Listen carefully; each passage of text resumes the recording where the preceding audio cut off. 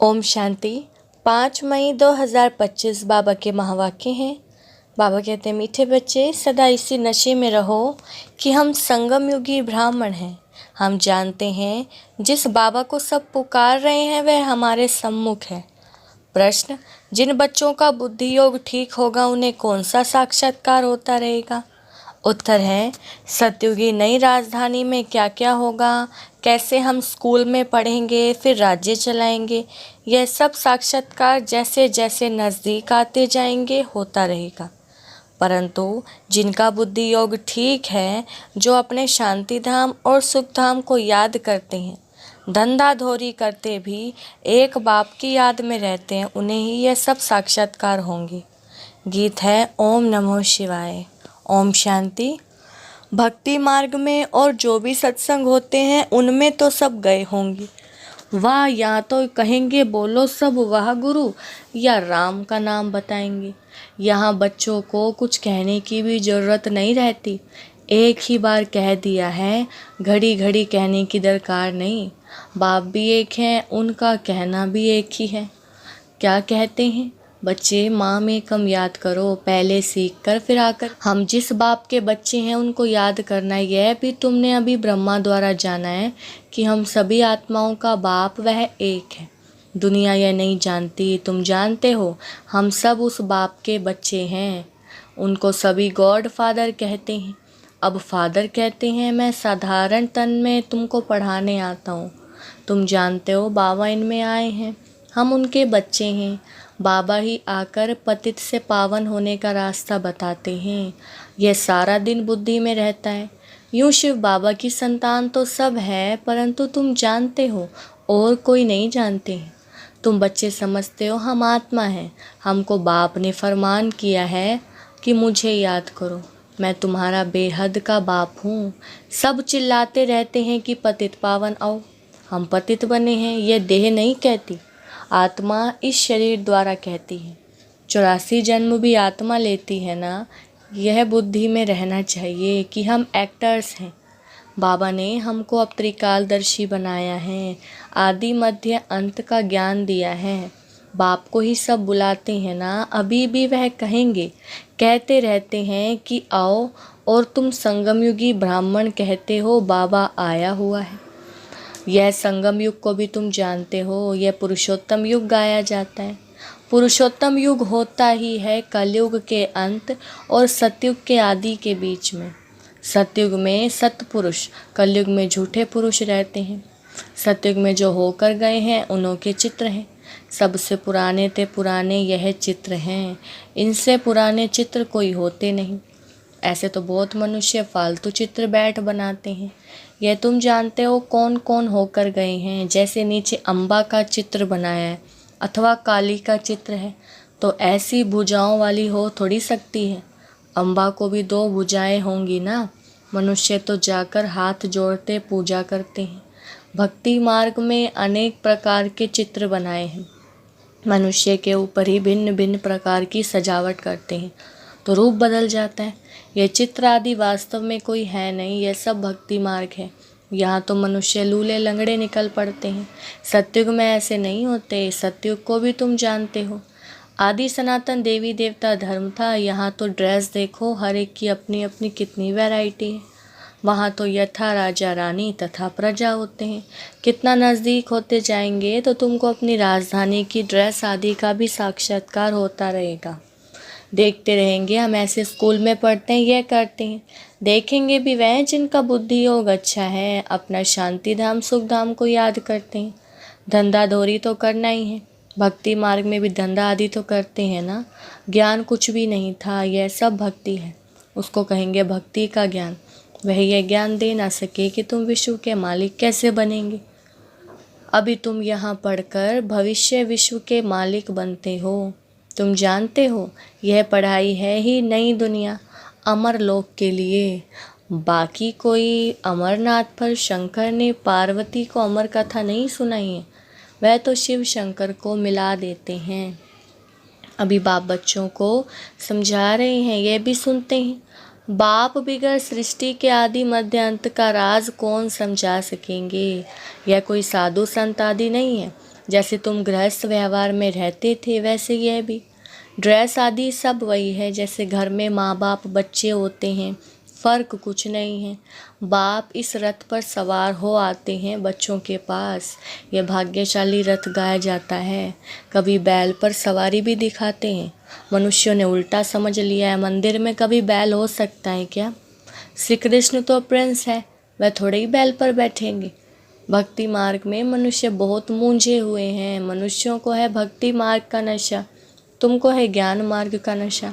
तुम कहते हो इस संगम पर बाबा हमको पढ़ा रहे हैं, तुम हो इस दुनिया में, परंतु बुद्धि से जानते हो हम ब्राह्मण संगम युग पर हैं, बाकी सब मनुष्य कलयुग में हैं। यह अनुभव की बातें हैं। बुद्धि कहती है हम कलयुग से अब निकल आए हैं, बाबा आया हुआ है, यह पुरानी दुनिया ही बदलने वाली है। यह तुम्हारी बुद्धि में है और कोई नहीं जानते। भले एक ही घर में रहने वाले हैं, एक ही परिवार के हैं, उसमें भी बाप कहेगा हम संगम युगी हैं, बच्चा कहेगा नहीं हम कलयुग में हैं। वंडर है ना, बच्चे जानते हैं हमारी पढ़ाई पूरी होगी तो विनाश होगा। विनाश होना जरूरी है, तुम्हारे में भी कोई जानते हैं। अगर यह समझे दुनिया विनाश होनी है तो नई दुनिया के लिए तैयारी में लग जाएं। बैगेज तैयार कर लें, बाकी थोड़ा समय है, बाबा के तो बन जाएं। भूखे मरेंगे तो भी पहले बाबा फिर बच्चे, यह तो बाबा का भंडार है। तुम शिव बाबा के भंडारे से खाते हो। ब्राह्मण भोजन बनाते हैं इसलिए ब्रह्मा भोजन कहा जाता है। जो पवित्र ब्राह्मण हैं याद में रहकर बनाते हैं, सिवाय ब्राह्मणों के शिव बाबा की याद में कोई रह नहीं सकते। वह ब्राह्मण थोड़े ही शिव बाबा की याद में रहते हैं। शिव बाबा का भंडारा तो यह है जहाँ ब्राह्मण भोजन बनाते हैं, ब्राह्मण योग में रहते हैं। पवित्र तो है ही, बाकी है योग की बात, इसमें मेहनत लगती है। गपोड़ा चल ना सके, ऐसे कोई कह ना सके कि मैं संपूर्ण योग में हूँ व 80% योग में हूँ, कोई भी कह ना सके। ज्ञान भी चाहिए। तुम बच्चों में योगी वह है जो अपनी दृष्टि से ही किसी को शांत कर दे, यह भी ताकत है। एकदम सन्नाटा हो जाएगा जब तुम शरीरी बन जाते हो, फिर बाप की याद में रहते हो, तो यही सच्ची याद है। फिर से यह प्रैक्टिस करनी है, जैसे तुम यहाँ याद में बैठते हो यह प्रैक्टिस कराई जाती है। फिर भी सब कोई याद में नहीं रहते, कहाँ कहाँ बुद्धि भागती रहती है, तो वह फिर नुकसान कर लेते हैं। यहाँ संदली पर बिठाना उनको चाहिए जो समझे हम ड्रिल टीचर हैं, बाप की याद में सामने बैठे हैं। बुद्धि योग और कोई तरफ ना जाए, सन्नाटा हो जाएगा। तुम आज शरीरी बन जाते हो और बाप की याद में रहते हो, यह है सच्ची याद। सन्यासी भी शांति में बैठते हैं, वे किसकी याद में रहते हैं? वह कोई रियल याद नहीं, कोई को फ़ायदा नहीं दे सकेंगे, वह सृष्टि को शांत नहीं कर सकते। बाप को ही नहीं जानते, ब्रह्म को ही भगवान समझते रहते, वह तो है नहीं। अभी तुमको श्रीमत मिलती है, माँ में कम याद करो। तुम जानते हो हम 84 जन्म लेते हैं, हर जन्म में थोड़ी थोड़ी कला कम होती जाती है, जैसे चंद्रमा की कला कम होती जाती है। देखने से इतना मालूम थोड़ा ही पड़ता है, अभी कोई भी संपूर्ण नहीं बना है। आगे चल तुमको साक्षात्कार होंगे। आत्मा कितनी छोटी है, उनका भी साक्षात्कार हो सकता है। नहीं तो बच्चियां कैसे बताती हैं कि इनमें लाइट कम है, इनमें जास्ती है। दिव्य दृष्टि से ही आत्मा को देखती है। यह भी सब ड्रामा में नोंद है। मेरे को हाथ में कुछ नहीं है, ड्रामा मुझसे कराते हैं। यह सब ड्रामा अनुसार चलता रहता है। भोग आदि यह सब ड्रामा में नोंद है। सेकंड बाय सेकंड एक्ट होता है। अभी बाप शिक्षा देते हैं कि पावन कैसे बनना है, बाप को याद करना है। कितनी छोटी आत्मा है जो पतित बनी है, फिर पावन बननी है। वंडरफुल बात है ना। कुदरत कहते हैं ना, बाप से तुम सब कुदरती बातें सुनते हो। सबसे कुदरती बात है आत्मा और परमात्मा की, जो कोई नहीं जानते हैं। ऋषि मुनि आदि कोई भी नहीं जानते। इतनी छोटी आत्मा ही पत्थर बुद्धि फिर पारस बुद्धि बनती है। बुद्धि में यही चिंतन चलता रहे कि हम आत्मा पत्थर बुद्धि बनी थी, अब फिर बाप को याद कर पारस बुद्धि बन रही है। लौकिक रीति तो बाप भी बड़ा, फिर टीचर गुरु भी बड़े मिलते हैं। यह तो एक ही बिंदी बाप भी है, टीचर भी है, गुरु भी है। सारा कल्प देहधारी को याद किया है। अब बाप कहते हैं माँ में कम याद करो, तुम्हारी बुद्धि को कितना महीन बनाते हैं। विश्व का मालिक बनना कोई कम बात है क्या? यह भी कोई ख्याल नहीं करते कि यह लक्ष्मी नारायण सतयुग के मालिक कैसे बने।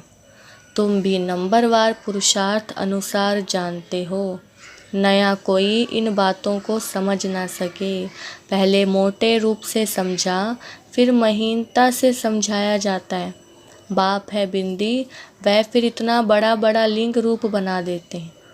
मनुष्यों के भी बहुत बड़े बड़े चित्र बनाते हैं, परंतु ऐसे है नहीं। मनुष्यों के शरीर तो यही होते हैं। भक्ति मार्ग में क्या क्या बैठ बनाया। मनुष्य कितना मूंझे हुए हैं। बाप कहते हैं जो पास्ट हो गया वह फिर होगा। अभी तुम बाप की श्रीमत पर चलो। इनको भी बाबा ने श्रीमत दी, साक्षात्कार कराया ना। तुमको हम बादशाही देता हूँ, अब इस सर्विस में लग जाओ। अपना वर्षा लेने का पुरुषार्थ करो।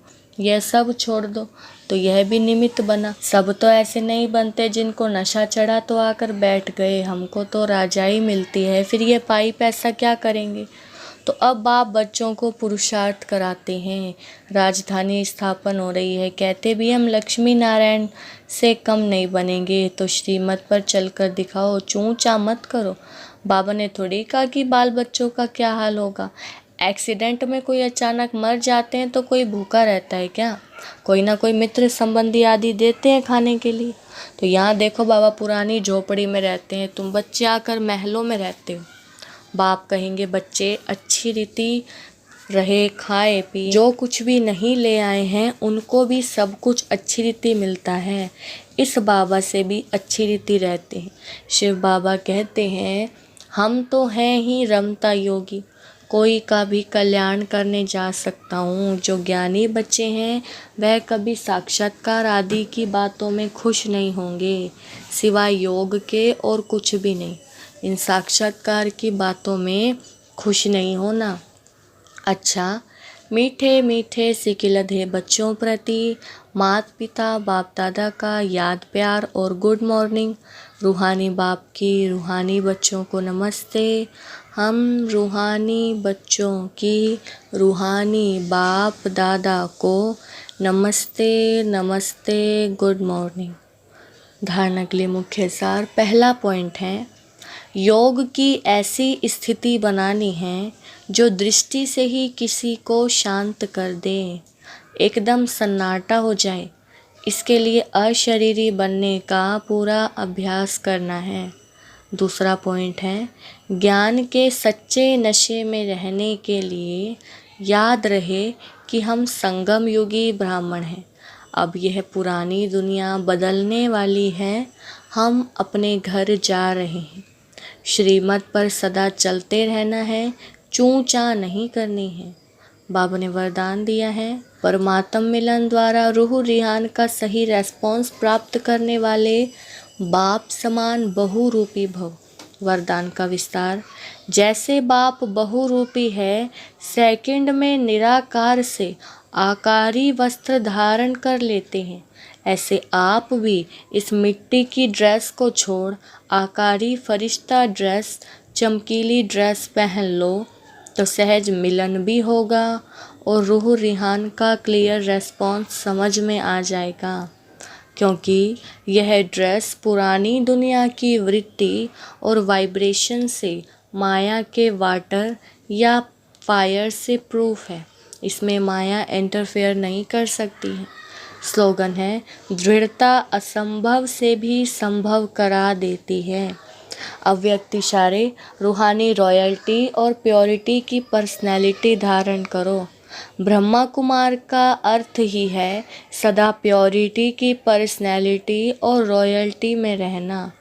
यही प्योरिटी की पर्सनैलिटी विश्व की आत्माओं को अपनी तरफ आकर्षित करेगी और यही प्योरिटी की रॉयल्टी धर्मराजपुरी में रॉयल्टी देने से छुड़ाएगी। इसी रॉयल्टी के अनुसार भविष्य रॉयल फैमिली में आ सकेंगे। जैसे शरीर की पर्सनैलिटी देह भान में लाती है, ऐसे प्योरिटी की पर्सनैलिटी देही अभिमानी बनाए बाप के समीप लाती है। अच्छा, ओम शांति।